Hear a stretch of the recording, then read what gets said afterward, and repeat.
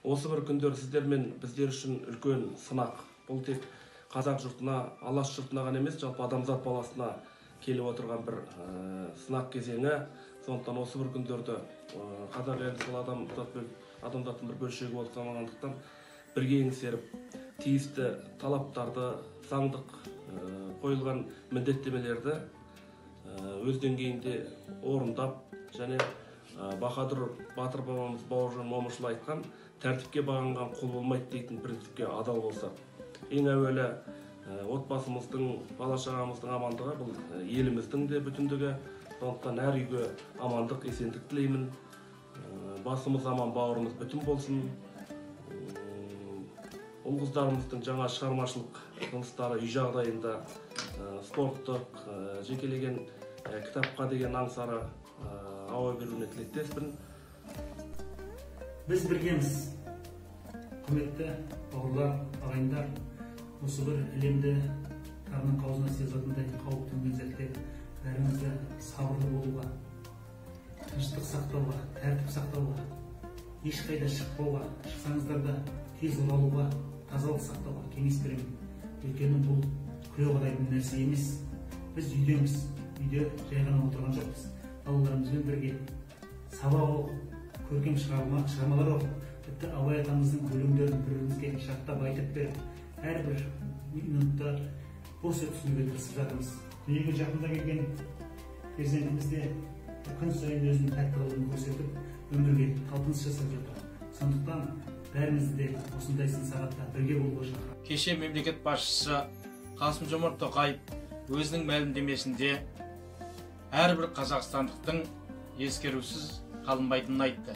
Кімге қалай көмек берілетіндігін тәптіштеп түсіндірді. Үкімет осы бағыттағы жұмыстарға кірісіп кетті. Нұр-Сұлтан мен Алматы қалаларынан кейін облыс орталықтары да оқшауланып, әрбір облысқа, облыс орталығына, аудандарға кіретін жолдарға блок бекеттер қойылып жатыр. Осының бәрі індеттің аясын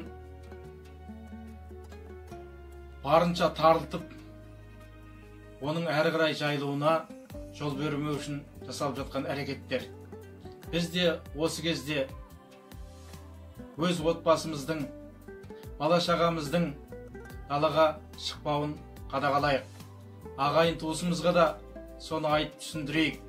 Бұл біздің өзіміздің отбасымызға, ағайын туысымызға, айналамызға, елімізге, мемлекетімізге жасаған ең үлкен көмегіміз болмақ. Бір ғана санасыз әрекет жүздеген адамдардың ауруға ұшырауына себеп болуы мүмкін. Сондықтан да барынша сақ болайық. Бүгін осы мәлімдемемді сіздерге арнағым келеді.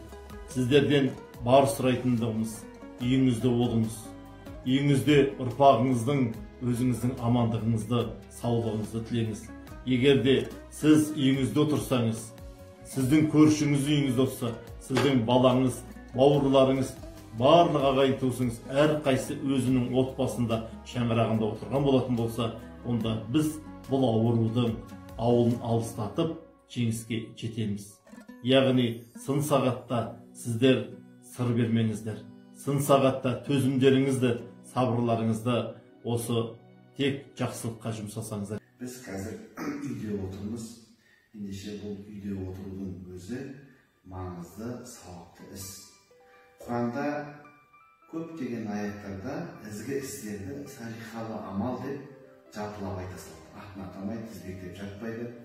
Өйткені салихалы амалдар, ізгі амалдар заманнан заманға қарай, адамнан адамға қарай, жағдайдан жағдайға қарай өзгеріп отырады.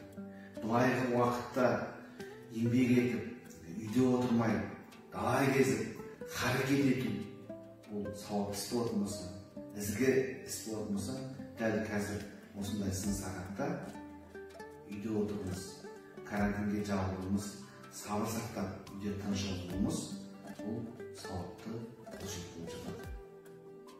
Енді бұл үйде отыруымыз, бұл сабыр сақтауымыз жай сабыр сақтау емес, белсенді сабыр сақтау. белсенді үйде отыру керек. Ол не деген сөз? Жалпы енді біз көбінесе былайғы уақытта күйбең тіршіліктің көлеңкесінде жүріп, отбасымызға, бала шағамызға көп көңіл бөле алмай қалуымыз мүмкін. Олармен дидарласып, сырласып, бір шүйіркелесіп, әңгімелесіп кейде уақыт таппай жатамыз. Дәл қазір отбасы мүшелеріне көңіл бөлетін, солармен дидарласып, сұхбаттасып, сырласатын уақыт. Осыны сындарлы сәтте менің жүрегім де, тілегім де сендермен бірге. Президентіміздің кешегі үндеуі біздің болашаққа деген сенімімізді нығайта түсті. Қауіпсіздік шараларын қатаң сақтап, осынау тарихи сыннан аман есен өтейік. Сабыр түбі саралтын болады. Сақ болыңыздар, аман болыңыздар. Әлиқанның кіндік қаны тамған қасиетті жұртым.